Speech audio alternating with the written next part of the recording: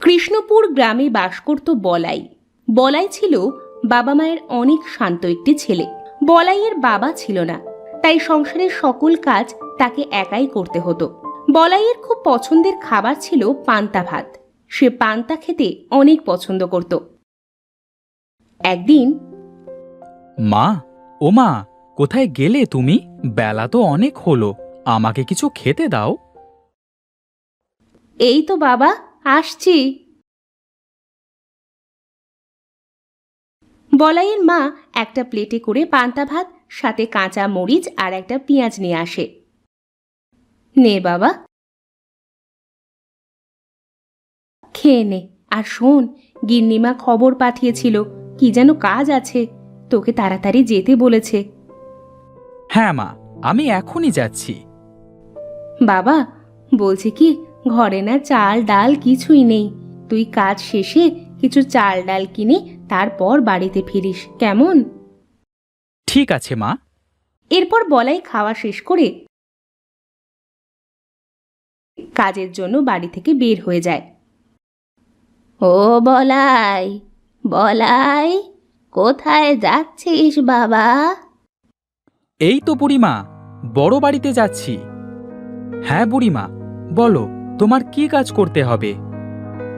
বাবা বলাই, আমার কাঠগুলো কেটে দে তো, রান্না করতে পারছি না এত বড় বড় কাঠ দিয়ে।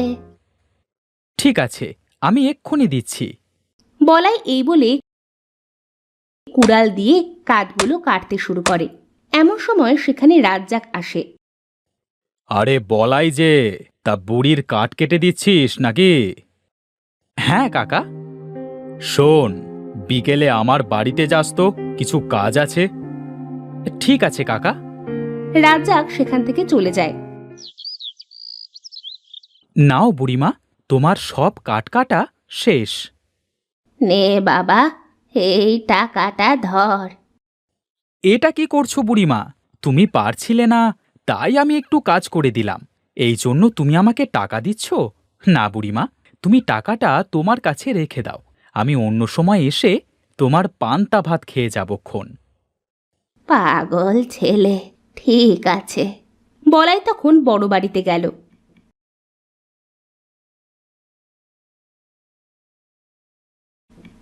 গিন্নিমা, আমাকে ডেকেছেন? হ্যাঁ রে বলাই, আমি তোকে খবর দিয়েছি কখন, আর তুই এখন আসছিস? আস্তে আস্তে বুড়িমায়ের সাথে দেখা হয়েছিল, বুড়িমায়ের কাঠগুলো কাটতে গিয়ে দেরি হয়ে গেল।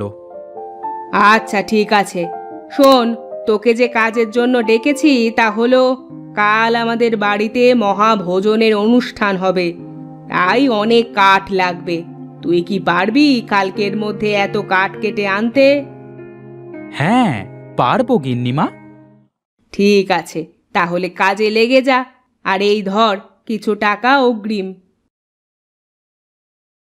ঠিক আছে গিন্নিমা, আমি তাহলে বাড়িতে গিয়ে এই টাকাটা রেখে জঙ্গলে কাঠ আনতে যাচ্ছি। আচ্ছা, যা, তবে দেখিস কাঠগুলো যেন শুকনো হয়। ঠিক আছে গিন্নিমা। এই বলে বলাই বাড়িতে যায়। বাড়িতে যাওয়ার আগে বাজার থেকে বাজার করে নিয়ে আসি। মা তো বলেছিল ঘরে চাল ডাল কিছুই নাই। হ্যাঁ হ্যাঁ, আমি আগে বাজার করে নিয়ে আসি, তারপর কাঠ কাটতে যাব। এই বলে বলাই বাজারে যায়। আরে বলাই যে, তা বাবা, কি লাগবে তোমার? কাকা, আমাকে 2 কেজি চাল আর 250 গ্রাম ডাল দেন তো। আচ্ছা বাবা, তুমি দাঁড়াও, আমি এক্ষুনি দিচ্ছি। এই বলে বিমল চাল ডাল বলাইকে দেয়। এই নাও বাবা, তোমার চাল আর ডাল। কত টাকা হয়েছে কাকা? চাল 20 40 আর ডাল হলো 20 টাকা। তাহলে 3 20 50 টাকা দে বাবা। কাকু, 3 20 60 টাকা হবে, 50 না। তাই নাকি? তাহলে তাই দে, বয়স হয়েছে তো, তাই ওই একটু আর কি ঘুলিয়ে ফেলি। তারপর বলাই টাকা দিয়ে সেখান থেকে বাড়িতে ফিরে আসে। মা, মা। রত্না কলসি নিয়ে তখন জল আনছিল। বলাইকে পেছন থেকে ডেকে বলে, এই তো বাবা, আমি এই দিকে।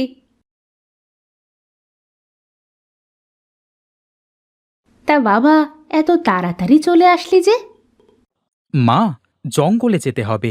গিন্নিমা কাল মহাভোজ খাওয়াবে, তাই অনেক কাঠ লাগবে। এই জন্য আমাকে জঙ্গল থেকে কাঠ আনতে হবে। বাবা, তুই জঙ্গলে যাবি? তোকে না কতবার বারণ করেছি জঙ্গলে যাবি না।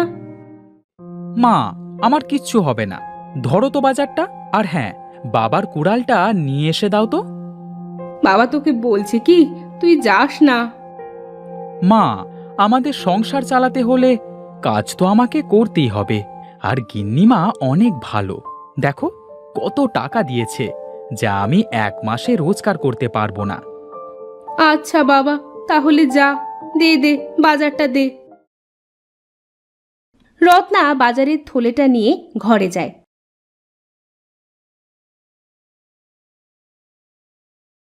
আর একটা কুড়াল হাতে তুলে বলে, ওগো, তোমার ছেলে আজ তোমার মতো জঙ্গলে কাঠ কাটতে যাচ্ছে, তুমি ওকে দেখে রেখো। এই বলে রত্না ঘর থেকে বের হয়ে আসে।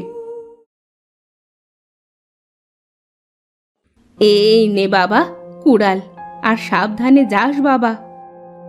মা, তুমি চিন্তা করো না, আমি ঠিক চলে আসব। এই বলে বলাই কুড়াল নিয়ে জঙ্গলে রওনা দেয়। হাঁটতে হাঁটতে একসময় বলাই জঙ্গলের গভীরে চলে যায়। জঙ্গলে তো চলে এলাম, এখন শুকনো গাছ থেকে কাঠ কাটতে হবে। ওই তো একটা মরা গাছ দেখা যাচ্ছে, যাই ওই গাছটা কাটি। বলাই এই বলে সেই গাছটার কাছে যায়।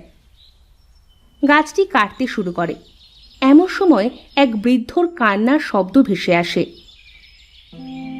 আহা, আহ, হে খোদা, এই বৃদ্ধ বয়সে আর কত কষ্ট দেবে?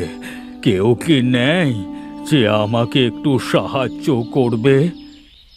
এ কি, এই গভীর জঙ্গলে কে এমন করে কান্না করছে?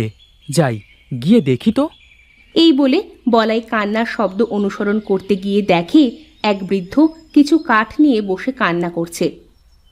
এ কি দাদু, তুমি এই গভীর জঙ্গলে কি করছো?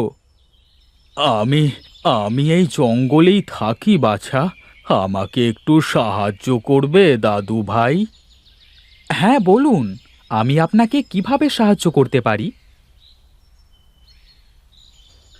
এই জঙ্গলের ওই দিকটায় আমার ঘর, তুমি কি আমার এই কাঠগুলো সেখানে দিয়ে আসবে দাদু ভাই? আমার খুব উপকার হতো। ঠিক আছে, চলুন, আমি আপনাকে পৌঁছে দিয়ে আসি। এই বলে বলাই কাঠগুলো মাথায় তুলে নেয়। তারপর বুড়োর সাথে হাঁটতে হাঁটতে কিছু দূর যাওয়ার পর বলাই একটা ছোট কুটুরি দেখতে পায়। ওই তো বাবা, আমার বাড়ি দেখা যাচ্ছে, আমি ওখানে থাকি।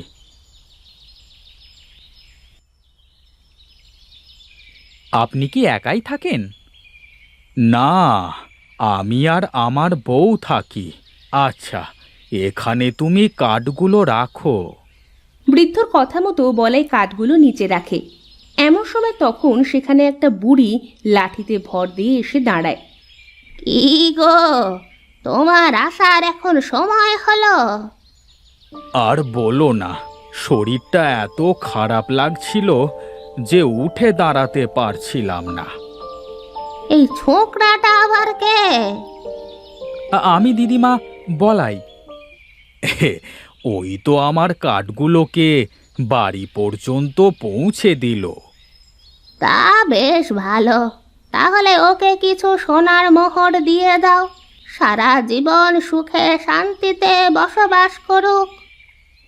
আমার সোনার উপর কোনো লোভ নেই দিদিমা, আপনি যদি কিছু দেন তাহলে আমাকে কিছু পান্তা ভাত দেন, আমার খুব ক্ষুধা লেগেছে।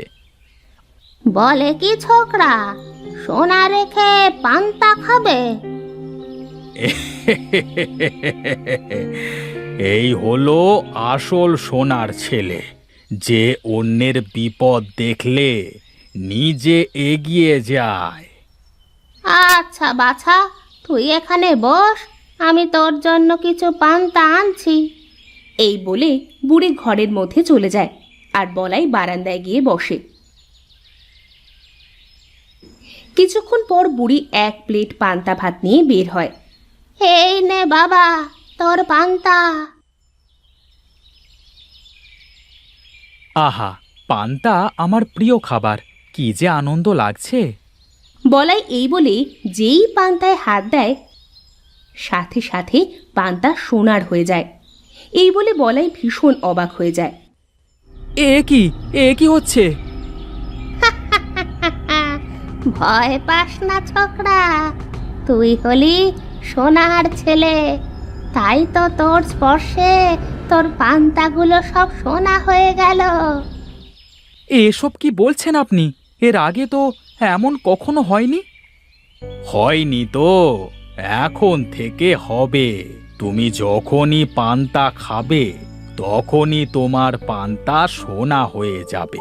বরদান আমরা তোমাকে দিলাম। না, আমি চাই না এসব। আমি পান্তা খাবো।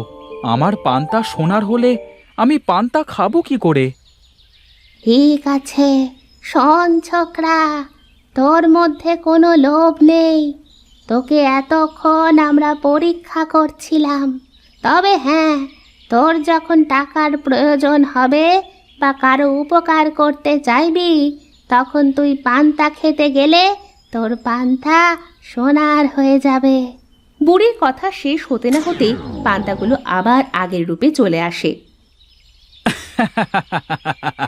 এই তো আমার পান্তা। বলাই সব পান্তা ভাত খেয়ে নেয়। এবার আসি গো বুড়ো বুড়ি, আর তোমাদের অনেক ধন্যবাদ আমাকে সোনার বরদান দেওয়ার জন্য। এই বলে বলাই সেখান থেকে জঙ্গলের ভিতরে চলে আসে।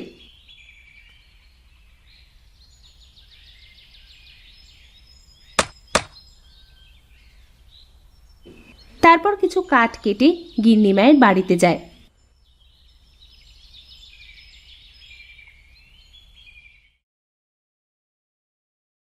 এই নিন গিন্নিমা, আপনার মহাভোজের জন্য কাঠ। তুই তো অনেক কাঠ নিয়ে এসেছিস, এই ধর তোর টাকা। বলাই টাকা নিয়ে বাড়িতে চলে যায়। গিয়ে দেখে রত্না মাথায় হাত দিয়ে বসে আছে। কি হয়েছে মা? তুমি এইভাবে মাথায় হাত দিয়ে বসে আছো কেন? বলাই শোন, আজ মহাজন এসেছিল, বলে গেছে সব ধার শোধ করতে না হলে এই বাড়ি থেকে আমাদের বের করে দিবে। বলো কি মা, কত টাকা চেয়েছে মহাজন? 10,000 টাকা। ঠিক আছে মা, আমি তোমাকে 10,000 টাকা এনে দিচ্ছি। তুমি আমার জন্য পান্তা নিয়ে এসো তো। কোথায় পাবি তুই এত টাকা? আহ মা, যাও না, আগে পান্তা নিয়ে আসো। রত্না কোনো কথা না বলে পান্তা নিয়ে আসে ঘর থেকে।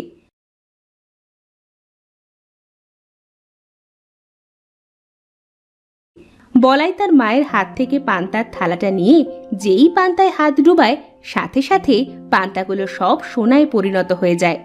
এ কি দেখছি বাবা, তুই হাত দেওয়ার সাথে সাথে ভাতগুলো সব সোনা হয়ে গেল। হ্যাঁ মা, আমি এই বরদান জঙ্গল থেকে এক বুড়ো আর বুড়ির থেকে পেয়েছি। যাক, ওপরওয়ালা তাহলে এত দিনে আমাদের মুখের দিকে তাকিয়েছে। হ্যাঁ মা, তবে বেশি লোভ করা যাবে না। যতটা প্রয়োজন ততটাই নিতে হবে। হ্যাঁ রে বাবা, আর এই গ্রামের গরিবদের বিপদে পাশে দাঁড়াতে হবে। এরপর বলাই সোনাগুলো বিক্রি করে মহাজনের সব ধার শোধ করে দেয়। আর যখনই বলাই কারোর বিপদের কথা শুনতো, তার জন্য নিজের সাহায্যের হাত বাড়িয়ে দিত।